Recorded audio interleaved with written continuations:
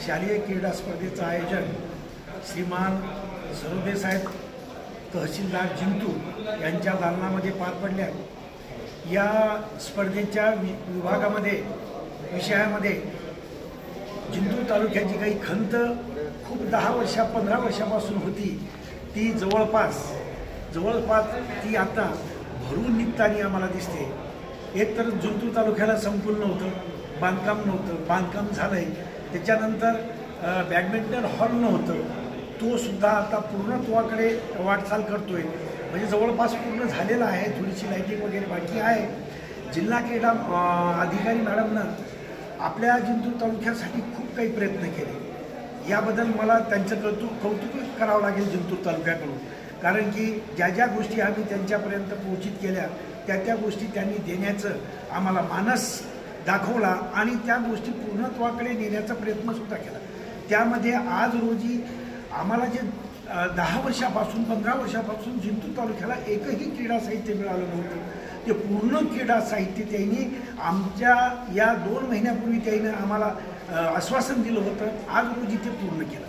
म्हणून मी म्हणेल की जिंतूर तालुक्याचा जो क्रीडा संकुल आहे याच्यासाठी आम्ही आज रोजी तहसीलदार साहेबांच्या दालनामध्ये, त्या मीटिंग दालनामध्ये आम्ही त्यांचं मीटिंगचं आयोजन केलं होतं। या वर्षीच्या शालेय क्रीडा स्पर्धेसाठी साहेबाकडे सुद्धा आम्ही काही मागण्या आम्ही त्यांच्यासमोर ठेवल्या।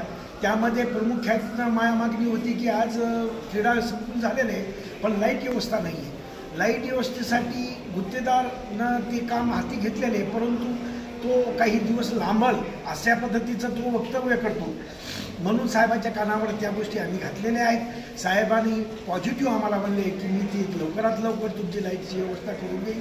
त्याचबरोबर क्रीडांगणासाठी लागणाऱ्या जे पाण्याची व्यवस्था आहे त्याबद्दल साहेबाला बोललो, संरक्षणाबद्दल साहेबाला बोललो। साहेबांनी त्याबद्दलसुद्धा असं PI साहेबांना 2-4 दिवसामध्ये मीटिंग लावून आपण त्यांना बोलू, आरोग्य विभागातील आरोग्य अधिकारी यांनासुद्धा बोलू आणि तालुक्याची शालेय क्रीडा स्पर्धा अत्यंत उत्तम होण्यासाठी जे काही तुम्हाला मदत लागेल ते मला सांगा, असं सरोदे साहेबांनी आम्हाला सांगितलेलं आहे आणि आश्वासने दिलेले।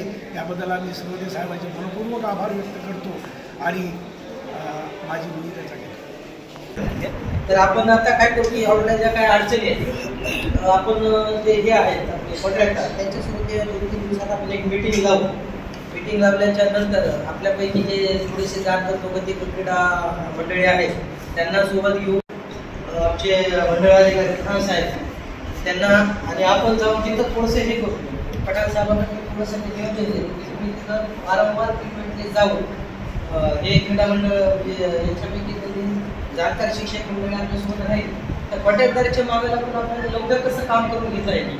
आता बा इतकं खर्च करून आपण तालुका क्रीडा संकुल करतो आणि वेळेवर आपल्याला कामाला येत नसेल तर मग इतका पैसा खर्च करून काय होईल अशी भावना तुमच्यात आणि माझ्यात गैर आहे। त्यामुळे आपण प्रयत्न करू की ते लवकर कसं होईल कॉन्ट्रॅक्टरला, कारण इलेक्ट्रिफिकेशन काय फार मोठा भाग नसतो, कॉन्ट्रॅक्टरने जर मदत घेतली आपण मीटिंगच लावू शकतो, मीटिंग लावू आणि त्याच्या समोर तिथं जाऊन पाहणी करू, त्याला काय युद्ध पातळीवर करता येईल याचा प्रयत्न आपण करू।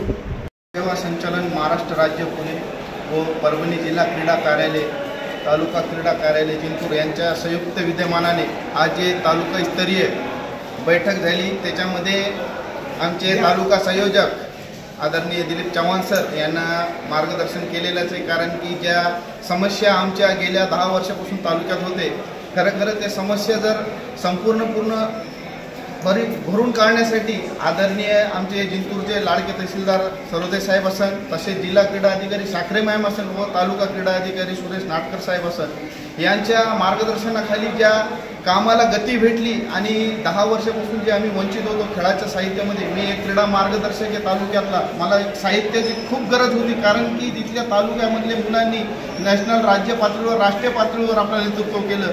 अशा मुलांना त्या खेळाचं साहित्य नव्हतं म्हणून ते वंचित होते, पण त्या सेवा सुविधा उपलब्ध करून 10 वर्षानंतर आम्हाला एक चांगली बाब भेटली। आणि विशेष म्हणजे आमच्या ज्या क्रीडा अधिकारी मॅडम आहे आदरणीय साखरे मॅडम, खरं यांचा मनापासून आभार व्यक्त करतो। आत्तापर्यंत खूप अधिकारी चेंज झाले, पण यांच्यामध्ये एक खेळाडू वृत्ती आहे, यांच्यामध्ये एक कौशल्य आहे. कारण की मुलांना कोणत्याही गोष्टीचं वंचित राहू देणार नाही असं आश्वासन पण दिलं आणि त्या आश्वासनाला पूर्ण पण केलं. त्याबद्दल मी खरं म्हणजे हे सगळे श्रेय जे जाते, हे सगळं कार्याचं श्रेय जाते, हे लढाईचं श्रेय जाते, ते मी आमच्या शारीरिक शिक्षक संघटनाला देईन.